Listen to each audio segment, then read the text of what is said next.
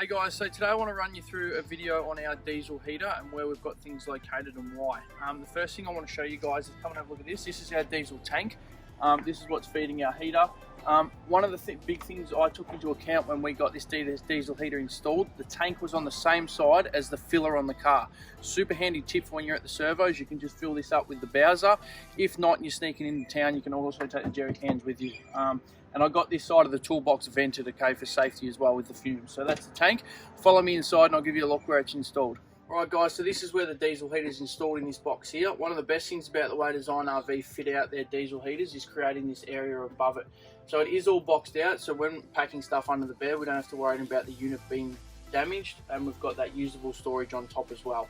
Outlets just down here, so nice and contained to one area. We get a lot of questions, obviously being winter, what's the diesel heater actually like? They are amazing. The heat quality that comes out of these and how quick they heat the van up is really good for those free camps and those nights where that rooftop electric one just isn't cutting it. So here's the digital display, super easy to use, basically just turning on and setting the temperature. One of the benefits about this diesel heater is it does have a thermostat, so you can set the temperature and it will cut in and out. I hope this has answered any of your questions you've got about the diesel heaters. If you need to know any more information, please feel free to reach out to us on any of our social media accounts.